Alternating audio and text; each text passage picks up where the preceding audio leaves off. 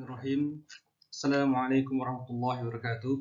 Alhamdulillah wa syukrillah wa la hawla wa la quwata illa billahil aliyil azim. Alhamdulillah. Bagaimana kabarnya Anda saudara dan saudara? Semoga selalu dalam lindungan Allah Subhanahu wa taala ya. Alhamdulillah. Hari ini kita akan melanjutkan pembelajaran yang kedua, ya, pelajaran kedua yakni tentang kebijakan dan keperwiraan Nabi Muhammad SAW. Yang mana di pertemuan kemarin kita mempelajari tentang Piagam Madinah, dan pada pertemuan kali ini kita akan mempelajari 3 pembahasan langsung, yakni 3 perang besar dalam sejarah peradaban Islam. Yang pertama adalah yang B, Perang Badar, kemudian yang C, Perang Uhud, kemudian yang D, Perang Khandaq. Dan kita akan menjelaskan latar belakang perang, fakta-fakta perang, apa yang menyebabkannya, kemudian apakah selalu dimenangkan oleh kaum muslimin. Kita akan lanjutkan di pembahasan berikut ini.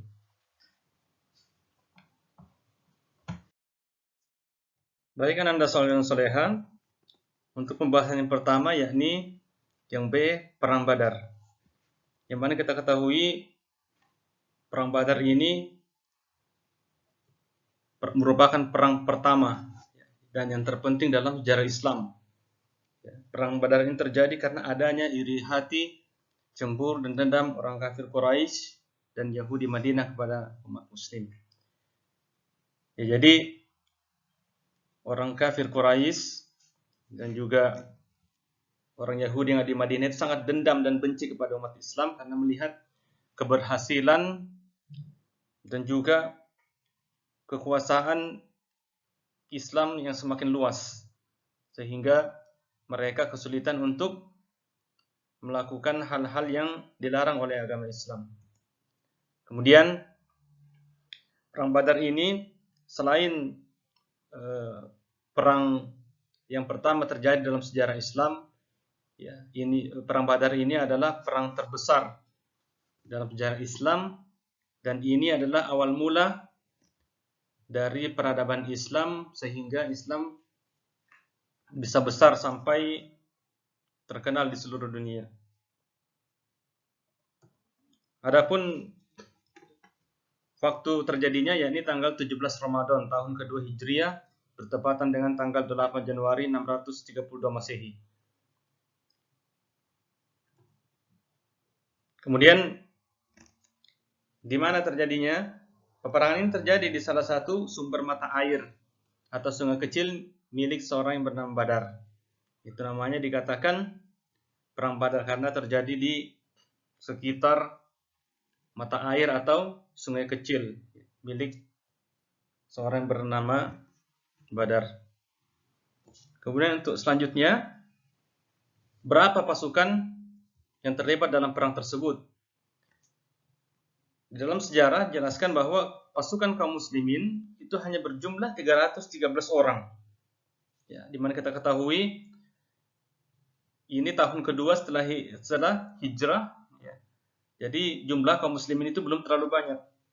Hanya 317 orang yang mengikuti perang tersebut. Sedangkan dari pasukan kaum kafir Quraisy itu sendiri, yakni berjumlah 1.300 orang, yang kalau kita lihat secara fakta maka pasti susah yang 317 ini mengalahkan yang 1.300 orang. Ya. Tapi kenapa bisa kaum muslimin memenangkannya? Karena ada motivasi di situ, ada semangat yang dibakar oleh Nabiullah Muhammad SAW. Yang sebagaimana kita ketahui, Nabiullah Muhammad SAW sebagai komando tertinggi dari pasukan kaum muslimin pada perang Badar tersebut. Sedangkan komando tertinggi dari pasukan kafir Quraisy adalah Abu Jahal. Yang mana kita ketahui dalam perang ini Abu Jahal bin Hisham, pemimpin kafir Quraisy yang sekaligus juga memimpin perang Badar, itu terbunuh, mengakibatkan kebencian yang semakin mendalam dari pihak kaum kafir Quraisy. Sedangkan dari pasukan Islam sendiri ada 14 tentara Islam yang gugur menjadi mujahid, yakni 8 orang dari kaum Ansor dan 6 orang dari kaum Muhajirin. Nah, perang Badar itu sendiri disebut juga dengan Yaumul Furqan, artinya yang membedakan antara hak yang batil, atau yang membedakan antara kebenaran dan keburukan. Baik, itulah fakta sejarah dari perang Badar. Untuk selanjutnya kita akan membahas yang bagian C, yakni tentang perang Uhud.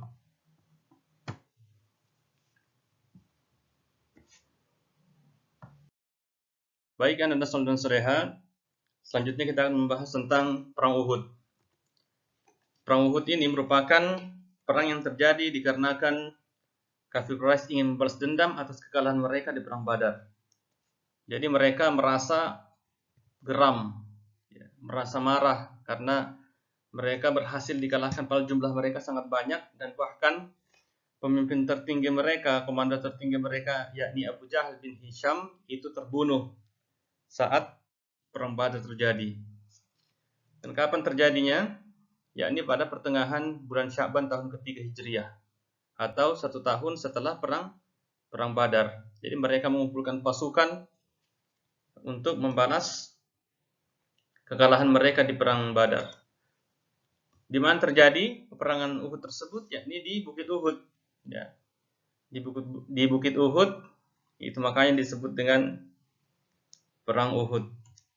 Kemudian dari persiapan mereka berhasil mengumpulkan sekitar 3.000 pasukan dari kafir Quraisy itu.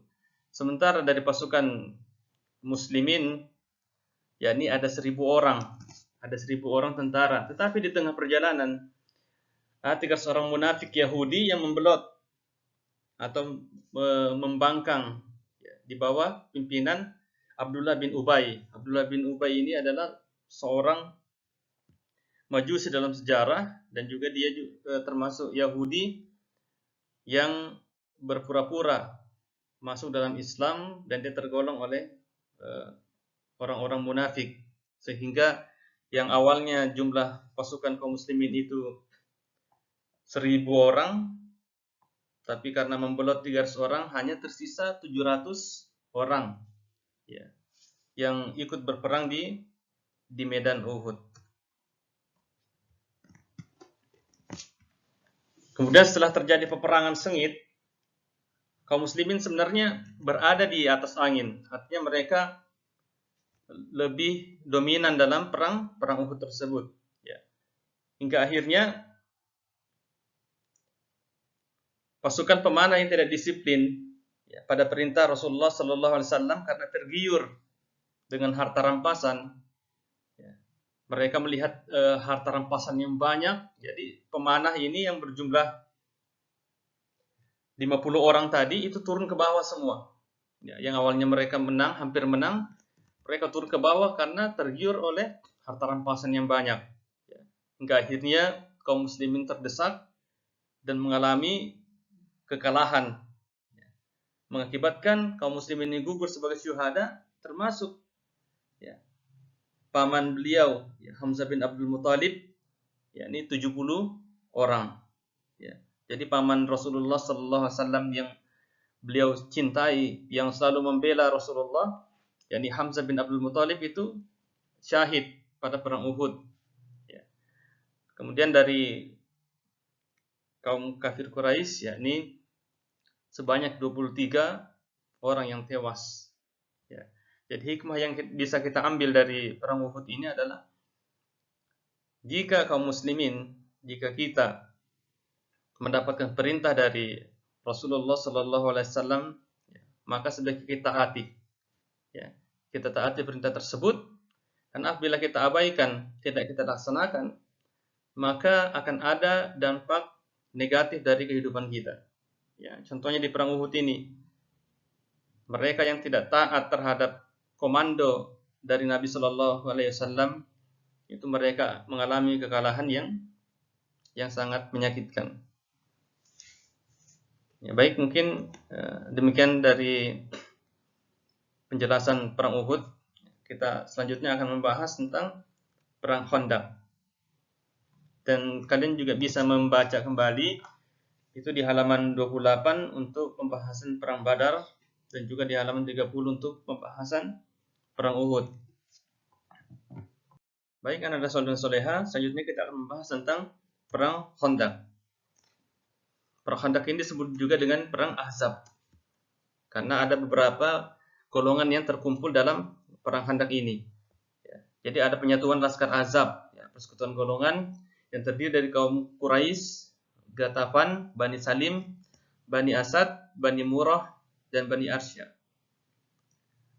Atas orang Yahudi, yakni dari Bani Nadir. Disebut perang Ahzab tadi dikarenakan terdiri atas beberapa golongan Arab di bawah komando Abu Sufyan. Jadi yang mengepalai atau yang mengomandoi perang Khandaq ini adalah Abu Sufyan dari golongan atau dari kaum Quraisy. Kapan terjadinya? Yakni pada bulan Syawal tahun ke-5 Hijriah. Ya, tahun ke-5 Hijriah atau 3 tahun atau 2 tahun setelah perang Uhud. Jadi perang ini terjadi di kota Madinah. Ya, di kota Madinah atau jadi terjadi pengepungan di kota Madinah pada waktu itu, sehingga merasa resahlah kaum muslimin apa yang bisa mereka lakukan, ya.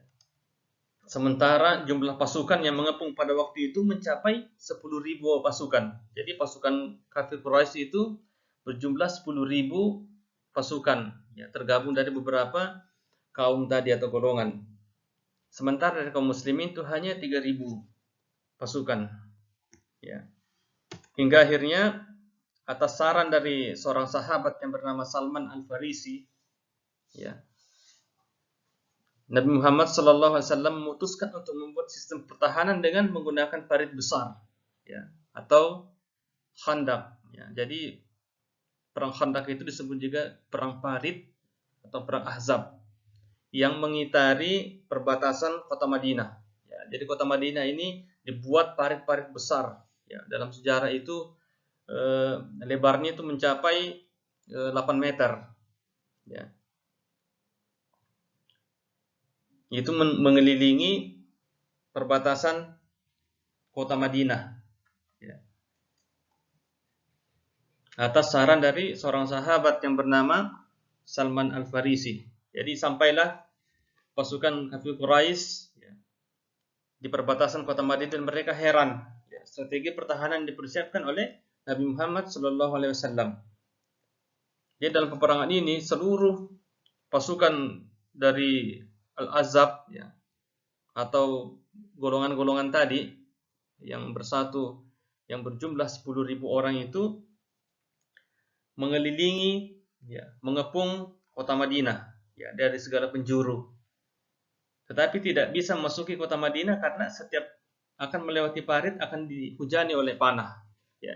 Jadi ketika mereka mendekati parit atau masuk melalui parit itu, maka ada kelompok pemanah yang siap untuk memanah mereka. Ya, jadi setiap usaha mereka itu selalu gagal. Hingga akhirnya persediaan makanan mereka itu makin menipis. Begitu juga dengan persediaan makanan kaum muslimin. Ya, di saat kritis itulah pertolongan Allah Subhanahu Wa Taala datang. Ya, Allah memberikan pertolongan berupa angin kencang dan hujan lebat yang memporak-porandakan kemah-kemah mereka dan perbekalan mereka. Akhirnya pasukan kafir Quraisy meninggalkan kota Madinah, ya, tanpa membawa hasil apa-apa. Jadi setelah mereka mengepung beberapa lama itu, ya, mereka kelelahan. Kemudian Allah kirimkan, ya, angin kencang, ya, serta hujan lebat yang menghancurkan kemah-kemah mereka. Ya. Setelah perang, umat Islam bersikeras mengusir kaum Yahudi yang terang-terangan membantu kafir Quraisy. Ya. Mereka yang jelas-jelas membantu yang diusir dari Madinah adalah Bani Quraizah, ya. Kemenangan perang Khandaq ini membuat nama umat Islam dan kota Madinah semakin harum dan disegani. Ya. Jadi setelah perang Khandaq ini, kota Madinah atau pusat dari peradaban Islam itu semakin dikenal di seluruh penjuru dunia. Ya. Dan membuat kekuatan kaum muslimin pada waktu itu semakin kuat dan mereka semakin yakin bahwa Islam akan semakin jaya dan akan menyebar di seluruh dunia. Ya, jadi demikian pembahasan tentang 3 perang besar yang terjadi dalam sejarah peradaban Islam, dan ini merupakan salah satu tonggak sejarah ya awal berdirinya peradaban Islam sehingga Islam tersebar hingga sampai saat ini. Demikian pembahasan tentang pembelajaran yang kedua, yakni perang Badar, perang Uhud, dan perang Khandaq. Mudah-mudahan bermanfaat. Kurang lebihnya mohon dimaafkan. Assalamualaikum warahmatullahi wabarakatuh.